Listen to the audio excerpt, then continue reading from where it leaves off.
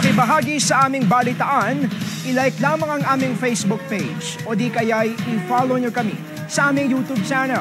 Para naman sa inyong mga comments, suggestions at public service announcement, mag-email lamang dito sa IBC.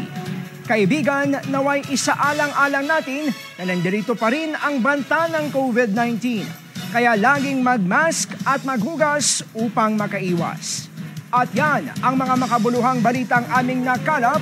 Muli kaming magbabalik bukas. Maraming salamat, Pilipinas. Ako po si Brian Castillo at ito ang IBC Tutok 13. Kaibigan ng bayan, kaibigan ng katotohanan.